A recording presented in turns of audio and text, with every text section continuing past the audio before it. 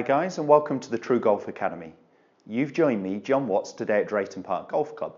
I'm in my swing studio, and what I want to do a video today is answering a question that was posted following a previous video that I did about the amount of forearm rotation in the golf swing.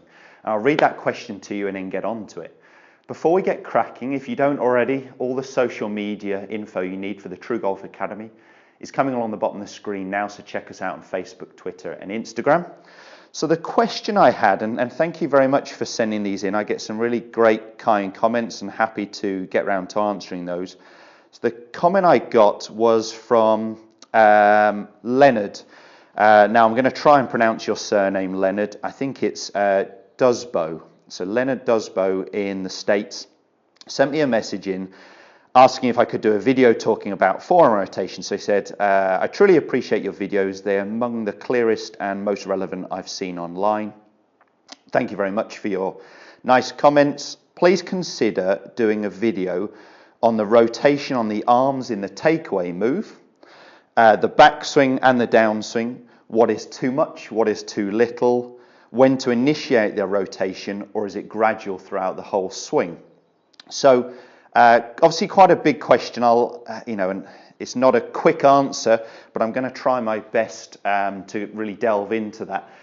So I've got both cameras set up here, and we'll also be able to see some shots just using the Fraps technology from my GC2 launch monitor and simulator. So hopefully this will be as clear as I can make it. Now, there is no doubt that increasing the amount of forearm rotation in the golf swing can help speed up the club head. What it helps is what we call the rate of closure. So that is the speed that the toe of the golf club is catching up and passing the heel. And we can definitely generate speed if we get the toe of the golf club passing the heel quicker. The downside is it's very, very hard to control that rotation. So it tends to cause for more offline shots. Unless, of course, we're practicing a lot, hitting a lot of golf balls, trying to repeat that. So creating more, or what I would almost class as excessive forearm rotation, can help us create a higher club head speed because we're getting this club face closing, but it's very hard to control. So I would really prefer the golfer to have a natural forearm rotation as dictated by the body pivot. So I think if we grip the golf club correctly in the right grip pressure, the movement we're making away from the golf ball on the backswing, the downswing, through impact will dictate how much or how little forearm rotation we're needing. Now I've got a great drill for you. So you'll see this, as I said, from both cameras here. If I was to take the club away with no forearm rotation, you can see it's going to be quite a short swing. So it's great to start with this as more of a baseball swing. Take the club away with no forearm rotation. It's very easy for me to square the club face, but it's very hard for me to generate any speed, any power. Okay, so no forearm rotation. So there has to be some forearm rotation. What I like to see, and this is a great way of practicing it as a baseball movement, is take the club away, turning your shoulders, keeping a relatively central axis if you can around your spine, so turning back. And what I'd like to see in this baseball swing is the club face pointing up towards the roof, up towards the sky in the backswing. Here, I'd want you to square the club face through impact and carry on rotating through, and we will end up with the club face pointing down towards the ground on the way through. So there has been a rotation from the club face opening and closing, and it's happening gradually throughout the whole swing, which hopefully answers quite a big chunk of your question there, Leonard. I think it's a gradual movement throughout the swing, and doing some of these baseball swings, just allowing the club to naturally open, back to square, naturally close, with the body turn is how I would synchronize that. So I'd start off with baseball swings before actually tilting over and putting it into a golf swing.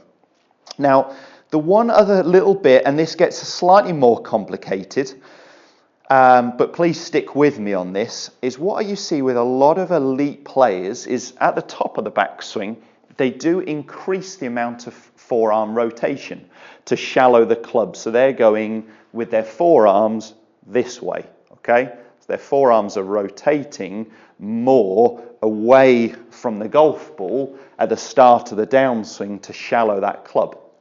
If I do that without doing anything else, if I get back to this position, let's do it as a proper golf swing here. So if I go back and my forearms rotate, okay, to shallow that club, what effect it has is causing the club face to come through very, very open, which is going to take a lot of forearm rotation, wrist movement to try and square the club face. So what you see with most elite golfers from this backswing position, when they are shallowing the club, is there is a change of our lead wrist position. So our lead wrist, and I've talked about this before and I'll put a link in the video, turns more into flexion.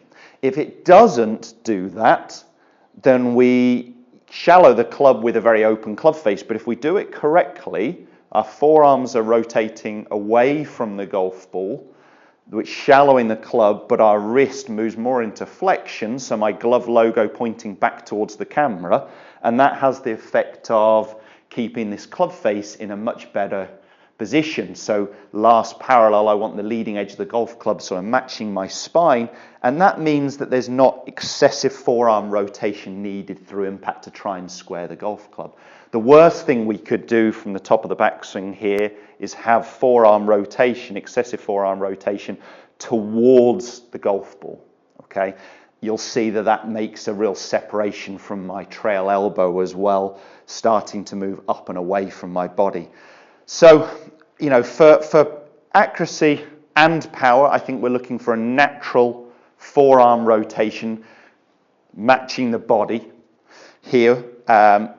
But if we were looking for more speed and really a modern moving golf where we see this club shallow and the left wrist, the lead wrist move a little bit more into flexion, there will be a little bit more forearm rotation at the start of the downswing, but it has to be linked into this lead wrist as well, moving a little bit more into flexion, so not to open this club face excessively.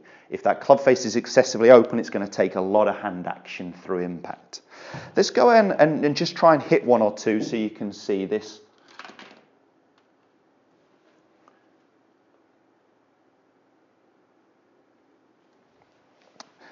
So I'm just going to go ahead and just make a really nice slow motion swing, just so we can sort of see these forearms starting to rotate, but naturally synced up to my body.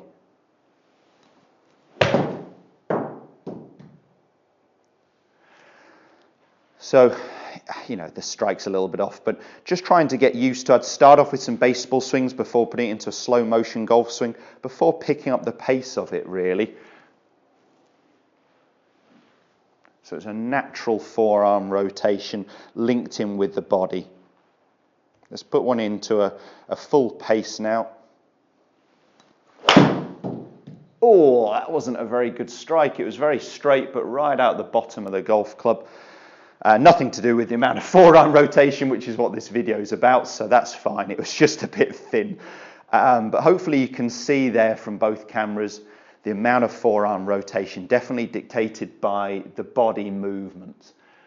The one little last thing to say is, yes, this is my preference. This is what I'd like to see. Now, if you're struggling with slicing the ball, and we know we're getting an open club face at impact, then one thing you would need more of is more forearm rotation to try and square the club face.